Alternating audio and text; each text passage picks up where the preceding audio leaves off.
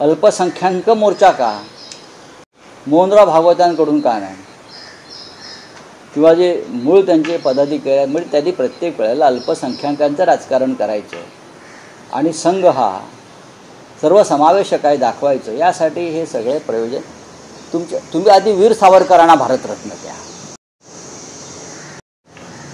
हेगडेवारांना तुम्ही जे काय द्यायचं द्या, ही तयारी सुरू आहे.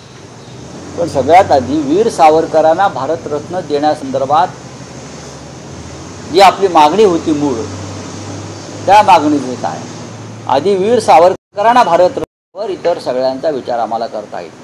हिंदुहृदय सम्राट बाळासाहेब ठाकरे यांना भारतरत्न द्यावा असं आपल्याला का वाटत नाही? जर हेगडेवारांनी हिंदुत्ववादी एका संघटनेची स्थापना केली असं म्हणत असा, ती स्थापना केली आणि हिंदुहृदय सम्राट बाळासाहेब ठाकरे यांनी हिंदुत्व असं पेटवलं, जागवलं आणि रुजवलं, म्हणून आजचा भारतीय जनता पक्ष सत्तेवर दिसतो आहे.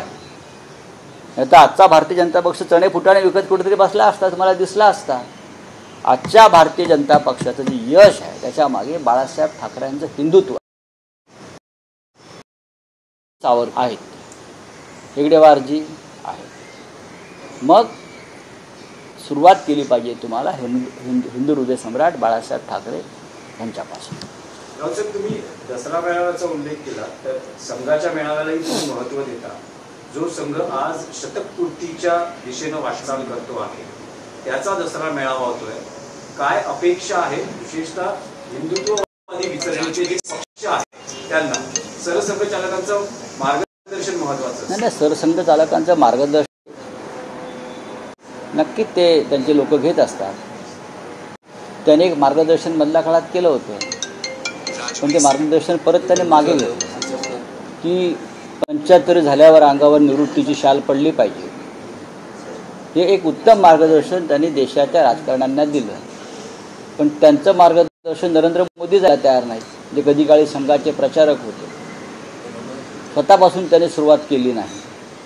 त्याच्यामुळे आता अशा मार्गदर्शनाकडे लोक गांभीर्यानं पाहत नाहीत. बोले तैसा चाले त्याची वंदावी पाऊले, हा हिंदुत्वाचा एक मंत्र आहे, संत सज्जनांचा एक मंत्र आहे.